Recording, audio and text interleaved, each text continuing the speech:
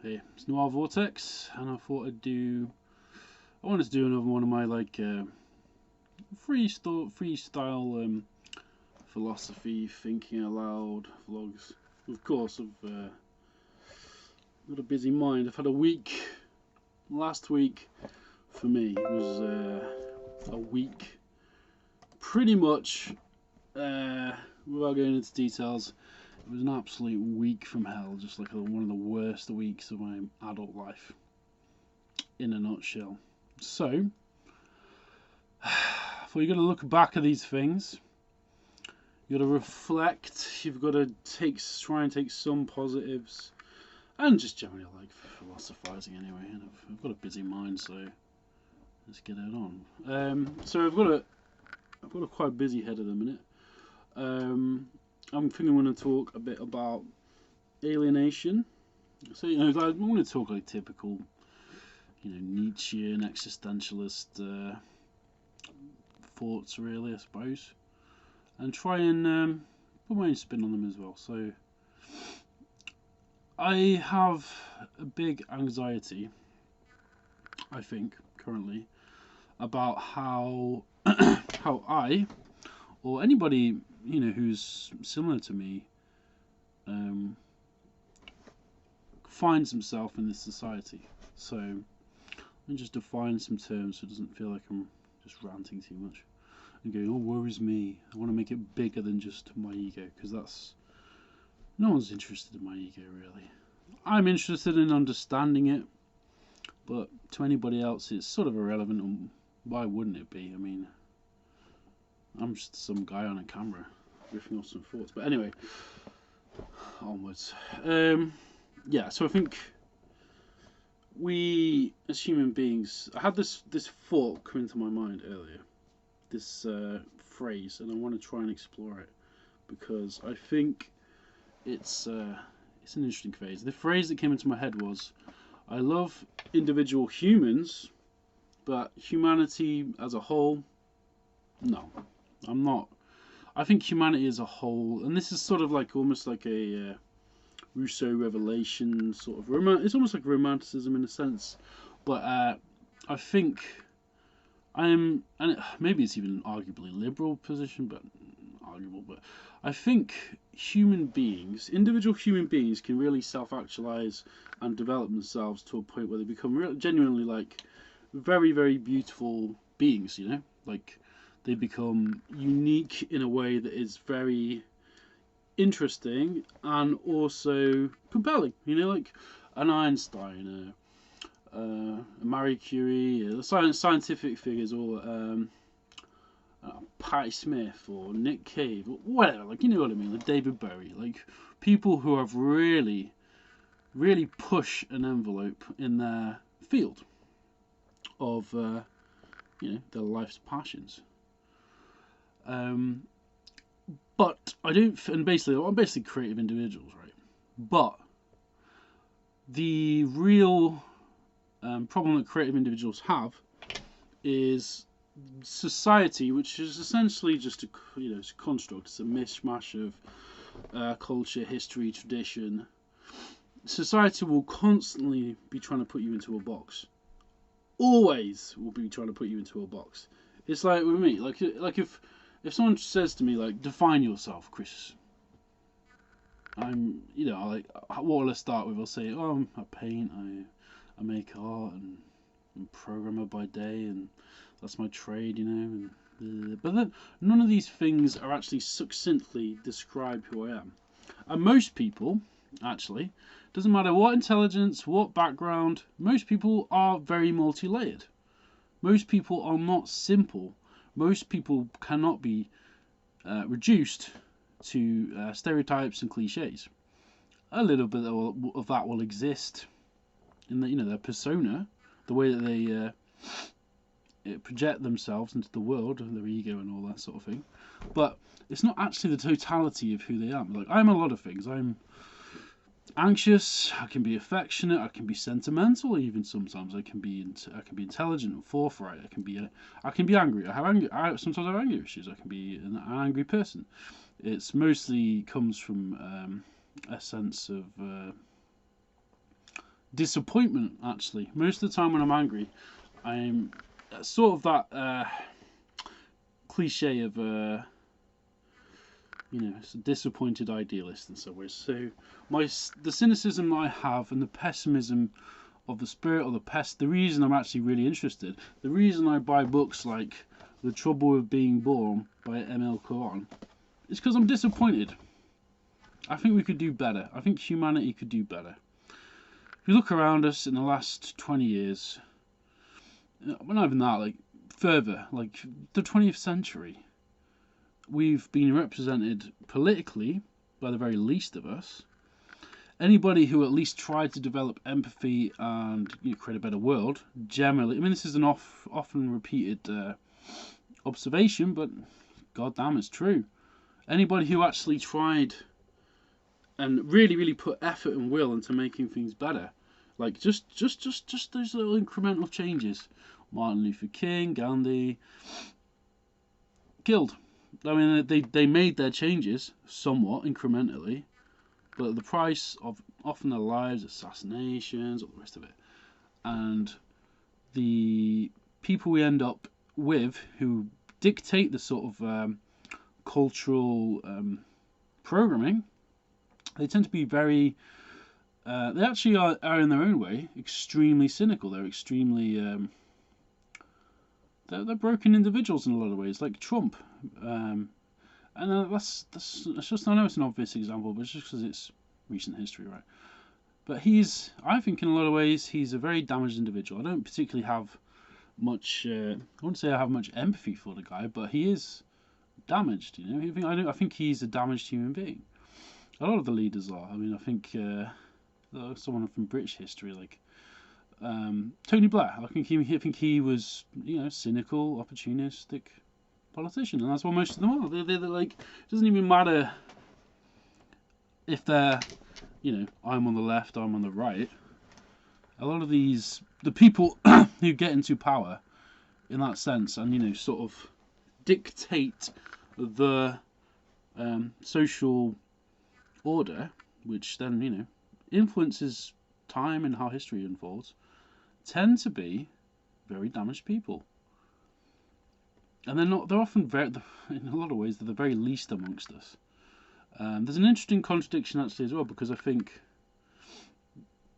often, if you look at like the history of intellectuals, like a sort of Bertrand Russell or many philosophers, whatever, these people were highly intelligent, highly perceptive, but they probably wouldn't function in a leadership role in a society. I mean, you can even look at recently with left-wing like Labour history in the UK. I mean, you had Jeremy Corbyn, he wasn't a perfect man, but you could probably decently argue that his politics was pragmatic and based on a core principle of the socialism, helping people out, that sort of thing, lifting people out of poverty, socialism, working class politics and labour action, blah, blah, blah. But the way that the world is conditioned, and has been conditioned for a long time, then that's just associated with Stalinism, the worst excesses of the Soviet Union and everything else, because of the history. And I'm not going to go into a socialist rant now, don't worry, I'm just using that as some sort of byline into something else. But yeah, if you basically are or if you're at least aspiring to, well, let's get another book on it. So a very battered copy of this actually, but this book's Zarathustra, which I've been dipping in and out of again recently, by Friedrich Nietzsche. If you really try and become, this guy on the cliff who's evaluating values, trying to create new values out of the old moral order, rise above the herd values and create something new. It's like that the Übermensch essentially is the way I perceive it is somebody who tries to go beyond herd values, because morality essentially is a construct of society. I do think there is a point there. I need to do further investigations into the further philosophical history of morality, and it's a bit of a funny one for me because I do have a sense of what is right and wrong.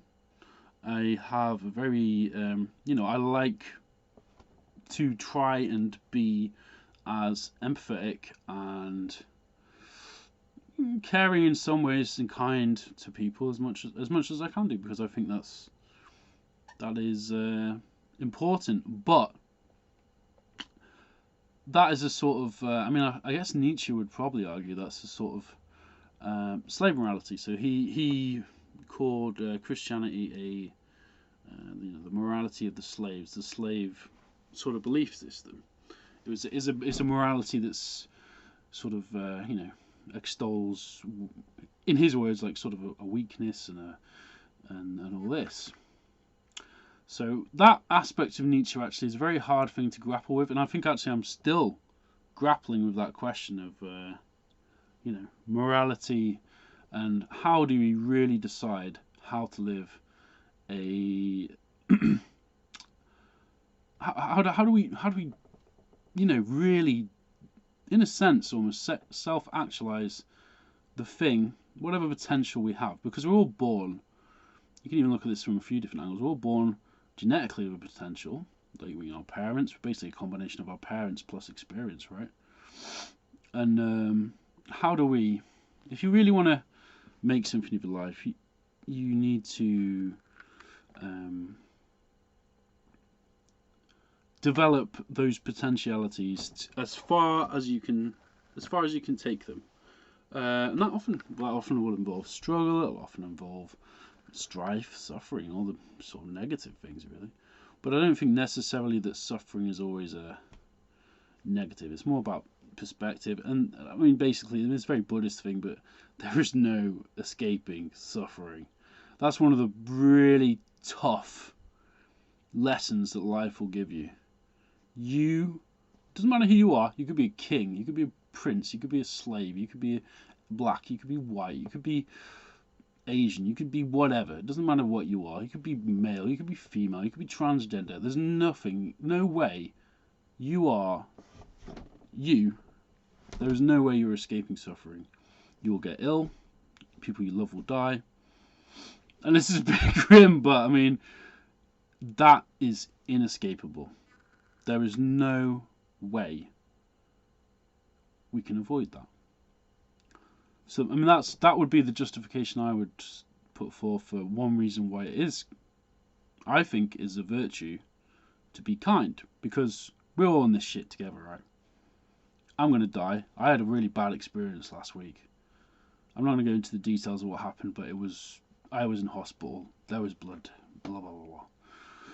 Nothing bad. No, I wasn't attacked by anybody, but it was a pretty traumatic experience, right? The best thing, why I think it's a virtue is because, I mean, you can take it too far to the point where you're kind to your own detriment. There's a very fine balance in this thing.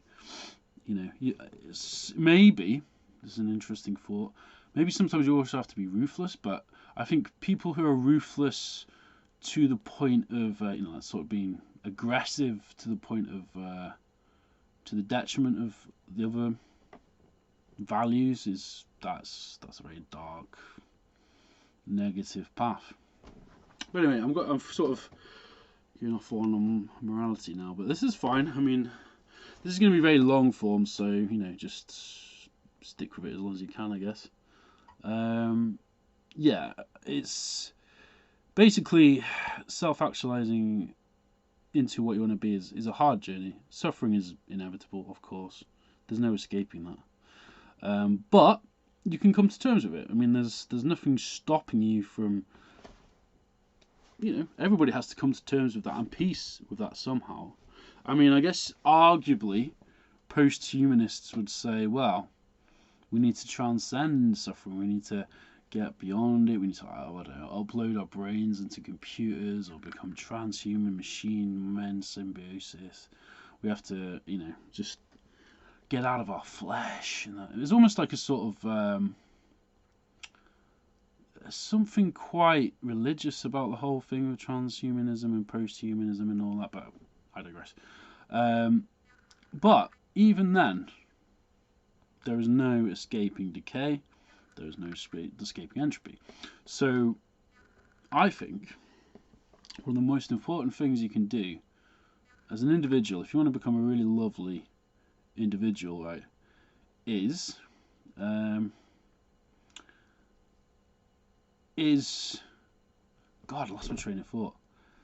So if you want to become like a proper sound person, right, like you have to become aware, I think, of your negative aspects of your personality and learn how to order them in a sense so that they cannot control your life. And I've struggled with this. I mean, I've struggled with issues with. I still abuse my body too much. Actually, honestly, I smoke. I have my weight is relatively. I'm relatively unhealthy. That's mostly as a result of medication I've taken for most of my adult life. So I don't really beat myself up too much about it. But at the same time, that is a thing that has happened in my life, and in a sense, the existential acceptance is, you have to just come to terms with the fact that you will make choices, and you will have to live with the consequences of those choices, and yeah, suffering will come from those choices at some point as well. It's not easy. It isn't easy. Life is not easy. And anybody who tells you the lie that it is easy is lying. It's really life will just throw a lot of shit at you. And part of the trick, I think, of being developed as a human being is just learning how to deal with the shit when it gets chucked in your direction. And learning how to develop a personality and ego that can intelligently sort of like counter that shit that you get from, whether it be from society, from work, from institutions. All these things are transitory. They're not. They're like institutions, especially. They're basically like I don't know, concentrated holding pens for whatever the power is at the minute. What's the driving cultural force? So obviously at the minute the real underlying driving force in our culture is consumer capitalism. I think it's pretty hard to argue with it. It's everywhere, like on this phone, on this computer.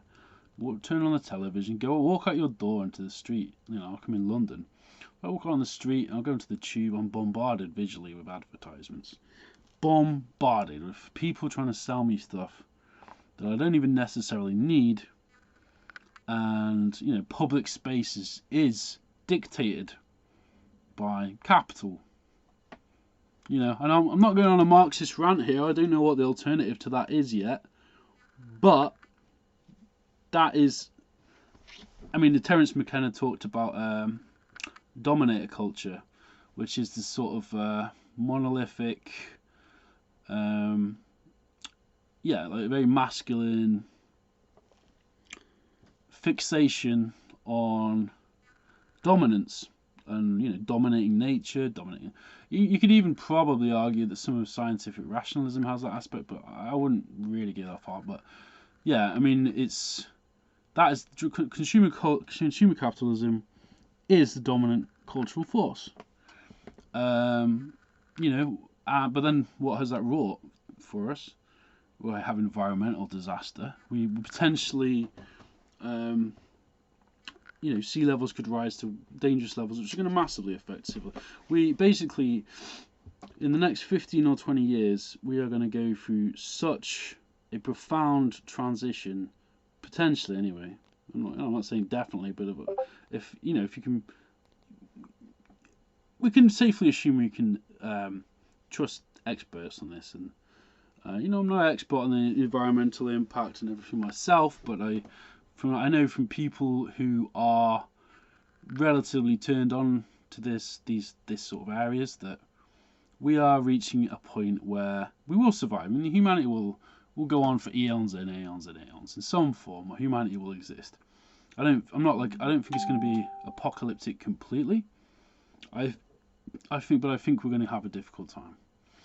And I think probably, unfortunately, what's going to happen is the dominator culture is just going to double down, right? So you're going to get more political elites, more and more wealth division, and more of shit hitting the fan, and ordinary people being stuck in the middle of it. I think unfortunately that is where we're heading. I don't. It's not a nice revelation to realise that, but we are heading for a difficult time. I think environmentally, culturally, even spiritually, you could argue maybe in some senses. So, I mean, I'm going to go on and on with this as long as I can because I think I'm getting on to some good stuff now. So, how do we as thinking individuals deal with this? So, I guess anybody who's watching this is probably interested in philosophy on some level, because I cannot imagine that anybody would get through 20 minutes of me rambling like this if they're really interested in philosophy and thinking and dealing with the problems of the world. So obviously we have to develop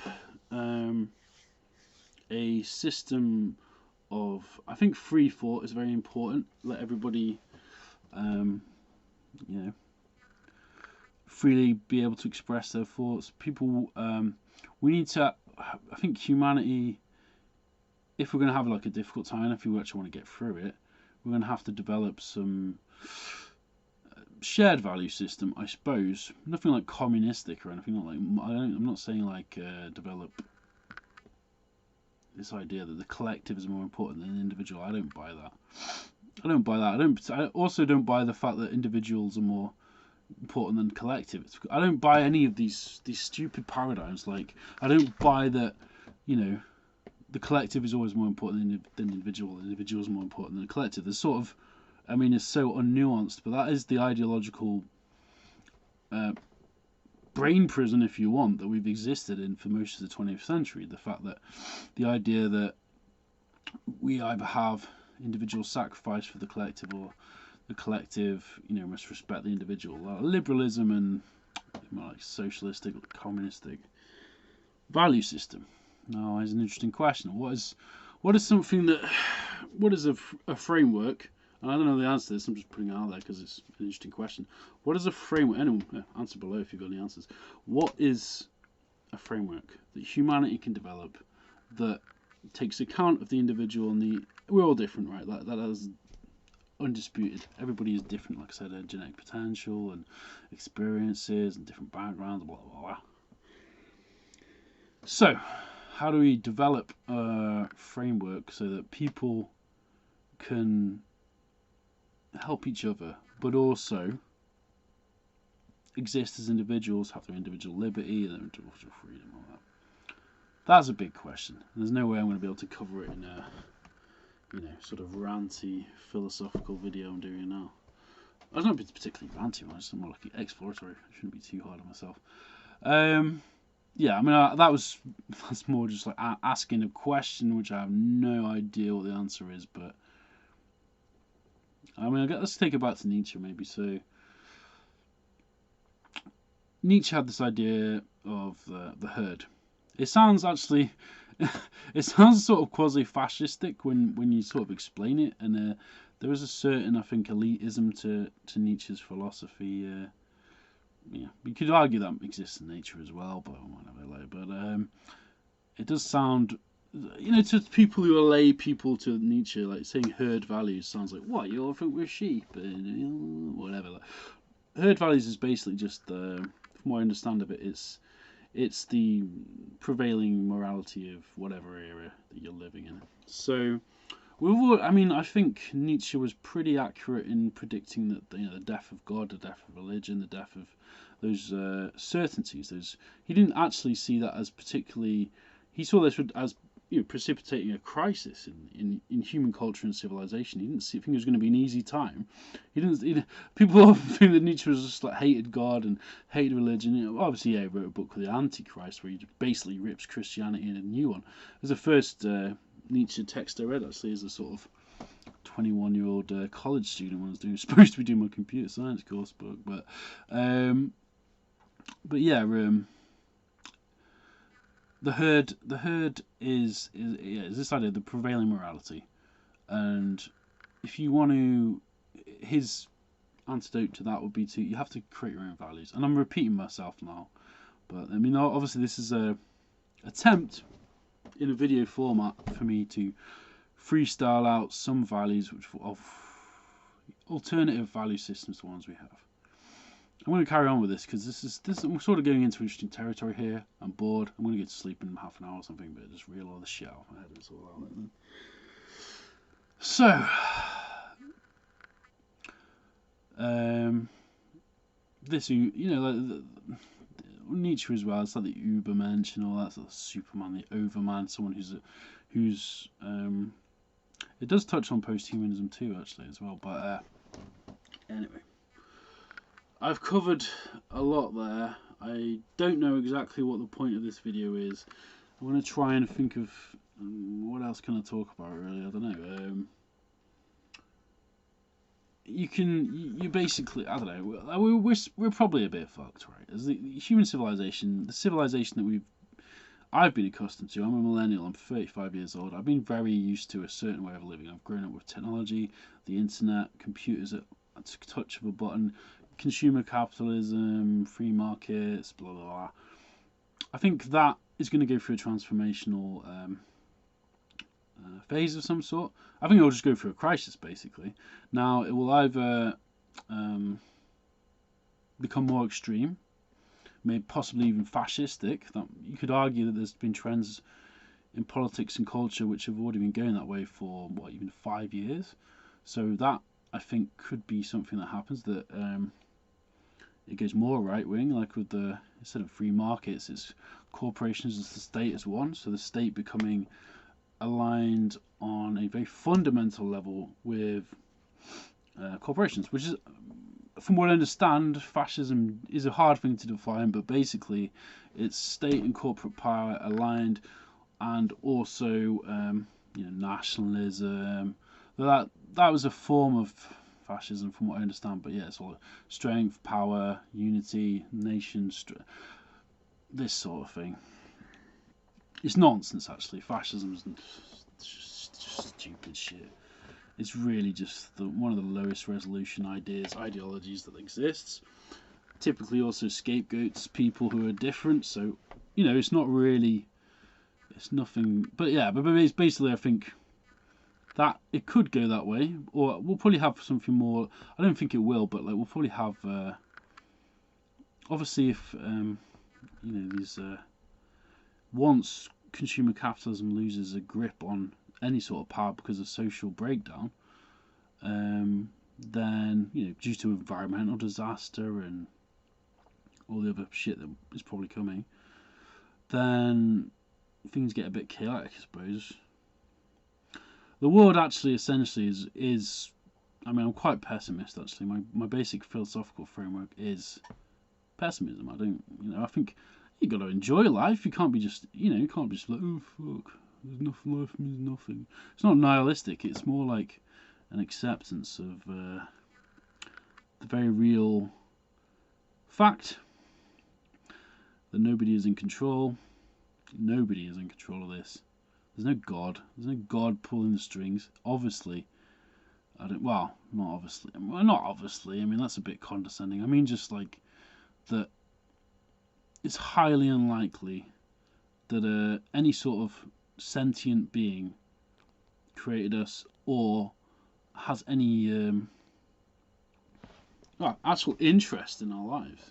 If you look at the actual size of the universe, it's an absurdism to even in a lot of senses, to think that. I think. Getting on to further stuff. What is the universe? What is time? Well, I mean, I think probably, I'm just going on to this, I'll end on this point because it's very much a broader thing. I believe in pantheism, really, in terms of that. I've talked about this before, but and yeah, I think the universe is far too chaotic and random for, there's no real order.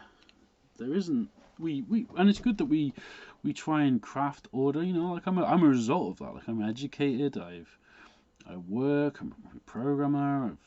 I've learned a trade. I've got interests. I love life. I love music. I love poetry.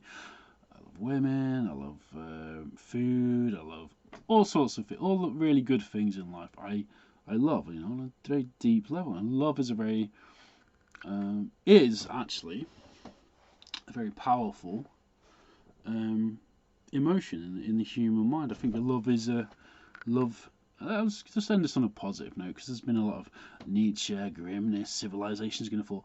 Love will is a creative force, right? So it's an aspect of our creative will. We do want to, as we are the conscious universe, I think, in some respects, and we want to,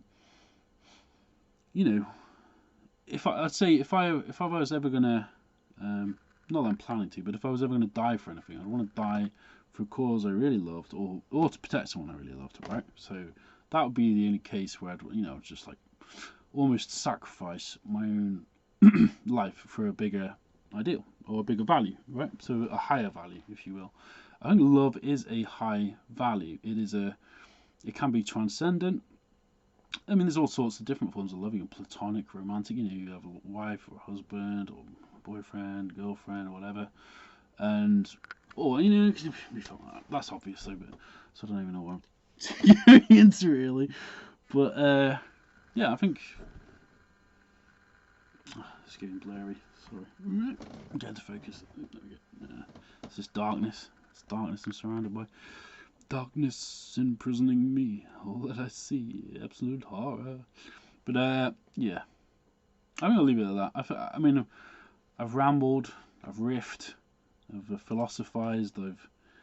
I could probably go deeper than that. I think I probably should do in the next one. But yeah, you gotta live your life. I mean, my basic philosophy, and it's not always served me well. This has been destructive even in some times, but is look after yourself, look after the people that are close to you, that you love, you really love, who love you back as well, because that's important too. Develop yourself, try and spread the wealth of your knowledge and your experience, actually, to as many people as possible. And even though we'll never live in utopia, there is no such thing as utopia. It literally means no place. The root of that word is Greek, and it translates to no place. So there is no utopia coming.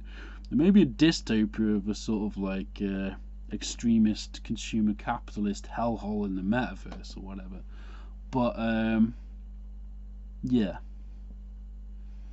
I don't know what else to say. I'm going to leave it there because, I mean, this is 30 minutes already, so that's my sort of epic ramble about what I don't even know, philosophy, culture, and capitalism, the world as it is. Blah, blah, blah, blah, blah, blah. Alright, I'm going to leave it there.